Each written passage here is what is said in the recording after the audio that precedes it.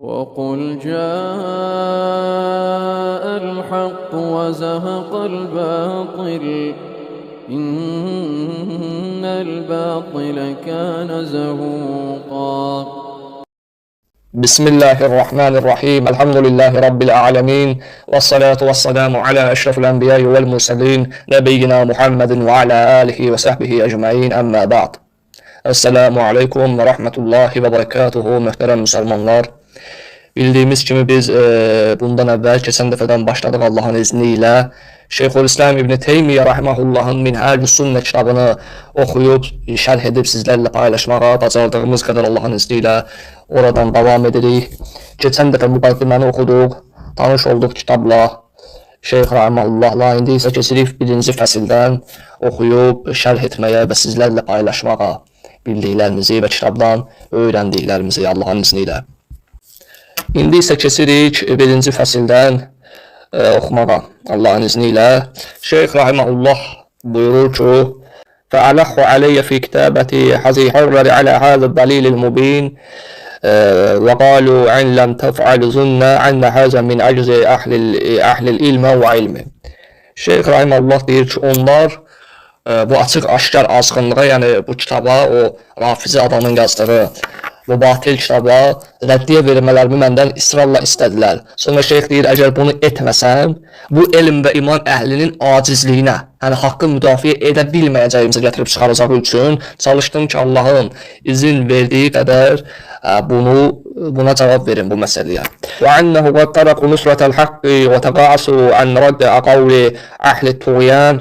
Burada tuğyan əhlindən danışır. Şeyx Rahimahullah deyir ki, bunun üzərinə mən Allahın elm və iman əhlindən aldığı əhdi yerinə yetirmək üçün, yəni ədalət ayaqda tutmaq üçün və o buğz əhlinə cavab vermək üçün raddə qavli əhli tuğyan فكتبت ما يسر الله من بيان الحق ونصر أهله ووفاء بالعهد الذي أخذه الله على أهل العلم والإيمان وقياما بالقسط وشهادة لله. Allahın elm və iman əhlindən aldığı əhdi yerinə yetirmək və ədaləti ayaqda tutmaq, yəni haqqı müdafiə etmək üçün və Allah üçün şahidlik etmək məqsədi ilə şəhidallahu, Allahın asanlaşdırdığı qədər haqqı bəyan edən bir cavab yazdım və yazmağa çalışdım. Yəni çalışdım və bitirdim. Sonra Allahın ayəsini oxuyur Şeyx Rahimahullah deyir: "Kəmə qalallahu Teala: Ya eyyuhellezine amenu kunu qawwamina bil qist şuhada'a lillahi velev ala enfusakum aw livalidayni vel aqrabin en yakun ganiyan aw faqiran fallahu awla bihima فلا تتبعوا الهوى عن تعدلوا وإن تلووا أو تبصروا فإن الله كان بما تعملون خبيرا." Ən-Nisa surəsi 135-ci ayəni oxuyur. Necə ki, orada Allah Azza və Cəllə buyurur: "Ey iman gətirənlər, özünüzün, valideynlərinizin və qohumlarınızın əleyhinə belə olsa Allah üçün şahidlik edərək ədaləti möhkəm tutanlar olun. Şahidlik etdikləriniz varlı və ya kasıb olsalar da ədalətdən dönməyin. Çünki Allah onların hər ikisinə sizdən daha yaxındır. Ədaləti yerinə yetirməkdə nəfsinizin arzusuna uymayın, həvanıza uymayın. Əgər şahidliyi təhrif etsəniz və ya ondan boyun qaçırsanız, bilin ki, Allah etdiklərinizdən xəbərdardır." Ən-Nisa surəsi 135-ci ayə. Sonra Şeyx Rahimahullah ayəni oxuyur və deyir: "Vəl-leyy huwa tahrifu şəhədə vəl-i'radu huwa kitmanuha. وقد أمر الله بالصدق والبيان فيما يعلم ويوجب إسحاره ونهى عن الكاذب والكتمان كما في الصحيحين النبي صلى الله عليه وسلم أنه قال." Və deyir ki, bu ayədə deyir, diqqət eləyin, deyir, ayədə tərif etmək, şahidliyi dəyişdirmək, boyun qaçırmaq isə şahidliyi gizlətmək deməkdir.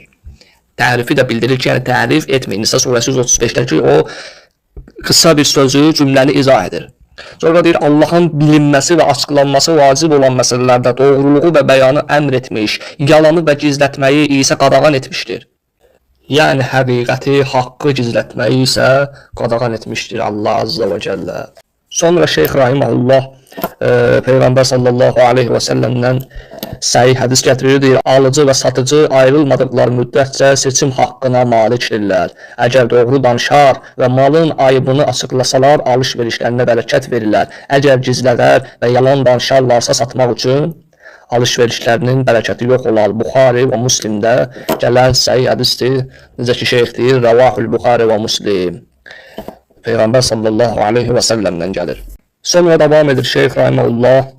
Deyir, və la yahillu kitmanul ilm xassatan izə la'annal axirul awwal min hazihi'l ummə kama fil asr. Yəni şeyx rahimehullah burada deyir ki, elmi gizlətmək, haqqı gizlətmək halal deyil, haramdır.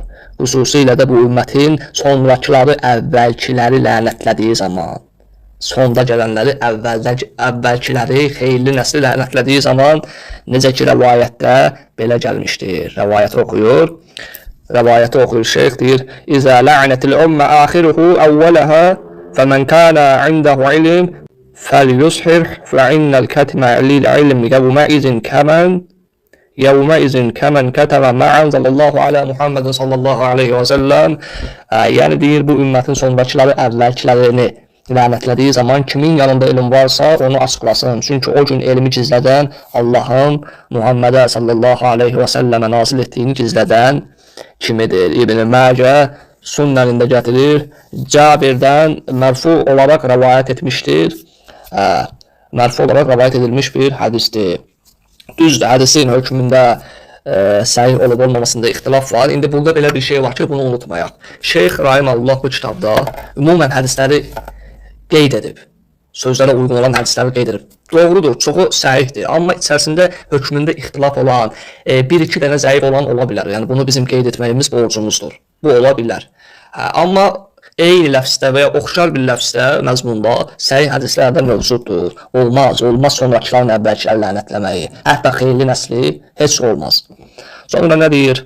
Şeyx rahimehullah deyir: "Fə'innə sabiqunəl əvvəlin humullezine aqamu'd-din tasdiqan ve ilmen ve amalan ve belagan fesabbuhum yestelzimul irada amma ba'asallahu bihir rasul." İndi deyir ki, çünki bu ümmətin öncülləri dini təsdiq, elm, əməl və təbliğ baxımından dini bərqərar edən əsl şəxslərdir. Burada kimi vurğuluyur? Əvvəlki 3 xeyirli nəsli, Peyğəmbər sallallahu aleyhi və səlləm, sahabə, təbiun, ətbəə təbiun. Burada bu üçündən danışır. Buna görə də onlara dil uzatmaq Allahın elçiləri ilə göndərdiyi şeylərdən üst çevirməyə bərabərdir. Allah öz rəsulunu göndərdi, onları da yardımçılar etdi rəsuluna və dininə. Sonra şeyx davam edir rahimehullah deyir: "Və əvvəlu mən əzhərə bid'ati-şi'a innəmə kənə muqtasiduh ən yasuddən nəsə ən səbilillah və yubtilə mə cəət bihir rasul ənillah." İndi gəldi əsas məqama. Deyir, Şiə bidətini ilk ortaya atan şəxsin məqsədi də insanları Allahın yolundan döndərmək və rəsulların Allahdan gətirdiklərini batil etmək idi. Batil etməkdir. Yəni niyyətləri buydu ki, Quranın tərif olunmasını bildirmək, bunun isbatını yazmaq, nə bilim Allahın, dininin, rəsullarının dostlarını boğuz etmək, təhqir etmək, təhrif etmək, lənət etmək. Onların işi gücü budur. Və sonra davamında nə deyir? Və deyir, sonra isə o bidətlərin həqiqəti mülhidlər, yəni dindən çıxmış azğınlar arasında tam şəkildə aşkar oldu. Yəni Şeyx rahimehullah burada qısaca onları bildirir, nə olduqlarını, hənnəm alındıqlarını. Sonra deyir ki, bax onlar bu cür bir tayfadırlar ki, Allahın, Rasulunun dostlarını, yəni Allah və Rasulunun dostlarını, dinin yardımçılarını, özlərindən əvvəlki xeyirli nəsili təhqir edirlər, lənət edirlər və onlara qarşı buğz edirlər. Biz fikir versək görərik ki, bugün bir dənə rafizi ola bilməz ki, Ömər radiyallahu anhu desin, var. Sizə sual verirəm, varmı? Yoxdur. Və Əbu Bakr radiyallahu anh desin və ya Osman radiyallahu anh desin. Bunları da qoyuram bir kənara. Şeyx vurğulayır ki, əz-zəvcəhi, zövcə, Peyğəmbər sallallahu aleyhi və səlləmin zövcəsini qədər buğz etdilər, lənət etdilər, təhqir etdilər. Allah bunları islah etsin. Əgər ona layiqdirlərsə, yox layiq deyillərsə, zəlil və rüsva etsin. Bu halda olan batil, fısq, küfür içərisində olan insanları. Elhamdülillah. Bu günlük bu qədər. İnşallah davam edəcəyik. Allah bizi eşidib faydalananlardan etsin. Nəstəğfirullah və nətubu ileyh. Velhamdülillahi Rabbil alemin.